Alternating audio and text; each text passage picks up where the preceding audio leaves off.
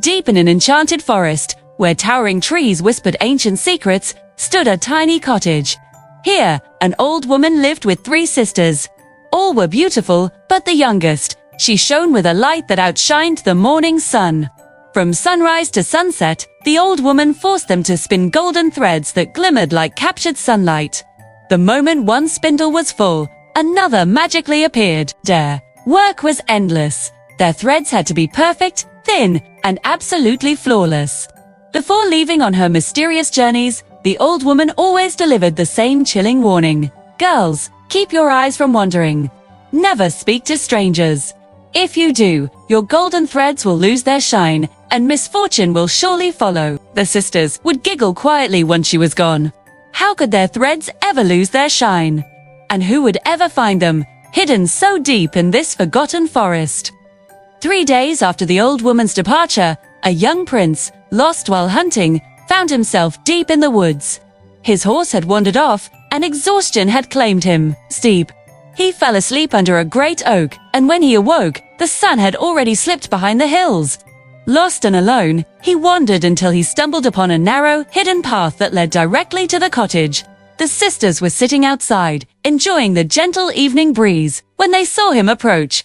They froze. Sisters, remembering the warning, cautioned the youngest to be careful. Berta, her heart melted at the sight of the prince's handsome, tired face. Throwing caution to the wind, she invited him inside. They shared what little food they had and spent hours sharing stories, the time passing like minutes. The old woman's warning was completely forgotten. Meanwhile, back at the palace, the prince's companions were in a panic. They searched everywhere, sending word to the king, who immediately dispatched soldiers to scour the forest. After 3 long days, their search finally led them to the little cottage. Before he left, the prince looked deep into the youngest sister's eyes and promised he would return for her. As she returned to her spinning wheel, her heart sank. She gasped. Her thread, once so brilliant, had lost all its glow. It was dull and lifeless. The old woman's words echoed in her mind, and a cold dread filled her, a fear of what was to come. That very night, the old woman returned. Fury blazed in her eyes as she saw the tarnished thread. "You foolish girl," she shrieked. "You have not only brought this trouble upon yourself, but you have cursed the prince as well." The weight of her guilt was unbearable. The youngest sister felt utterly hopeless until she remembered a gift from her childhood, the ability to understand the secret language of birds. One morning, she saw a woodpecker perched on a nearby cedar tree. She called to it, her voice trembling, and asked it to deliver a message to the prince. She explained how her golden thread had dimmed and how the old woman's wrath was a terrible thing to behold. The little bird promised to help and flew straight to the palace. There, a friend of the prince, who also understood the language of birds, relayed the urgent message.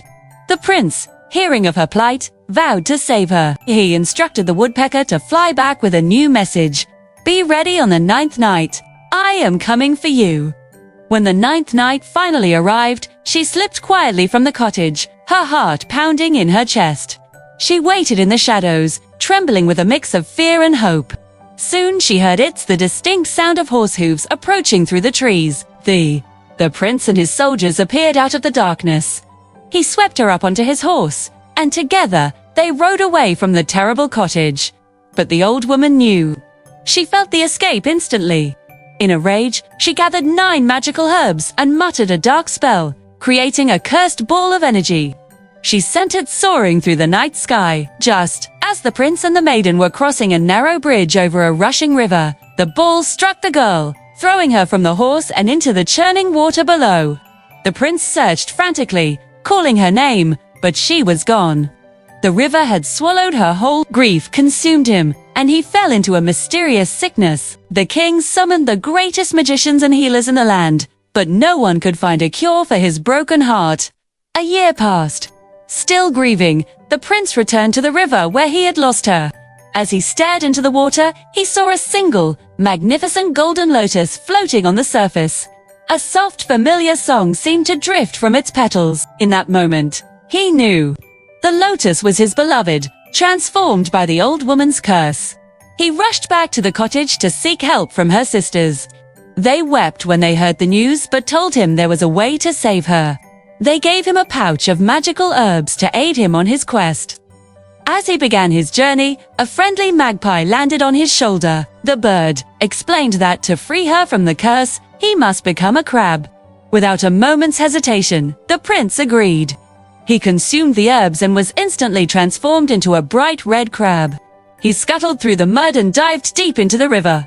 Carefully, he worked to free the lotus roots from the riverbed, bringing them gently to the surface. Standing on the bank, he spoke the magical words the sisters had taught him. From crab to man, from lotus to maiden. In a flash of light, they both returned to their true forms. The girl appeared before him, more radiant than ever, dressed in a gown that shimmered like sunlight on water. The prince took her back to his palace, and they were married in a grand celebration that lasted for days. They never forgot the sisters who had helped them. The prince returned to the cottage, but not for a fight. They left a cleverly enchanted cake for the wicked old woman. She ate it greedily and was defeated forever by her own gluttony. The sisters were finally freed from their long servitude. They were reunited with their younger sister at the palace, and together they all lived happily ever after. Thank you for watching. If you enjoyed this story, don't forget to like, share, and subscribe for more magical tales.